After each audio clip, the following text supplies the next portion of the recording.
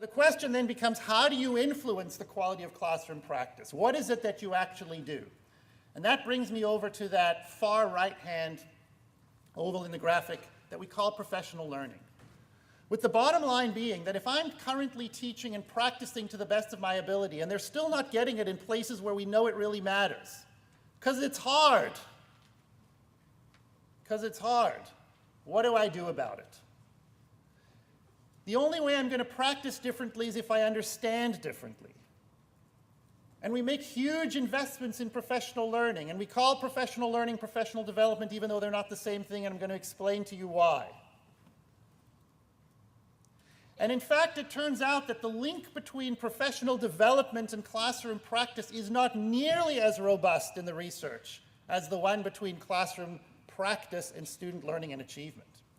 In fact, what the research tells us is that professional development only has a small to moderate influence on classroom practice, and a very small yet indirect effect on student learning and achievement, yet is the only thing we really have. Because how else do you get better? Now, what it turns out is that really the detail is what matters. What counts as professional learning? That's what matters. Not all professional development is professional learning. And not all professional development and professional learning are created equal.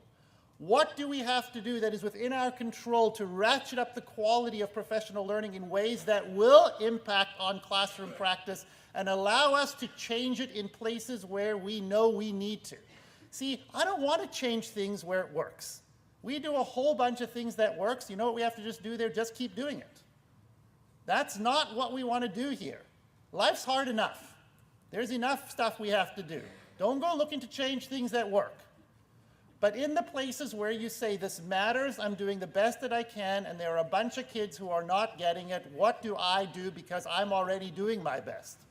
That's the piece that really matters.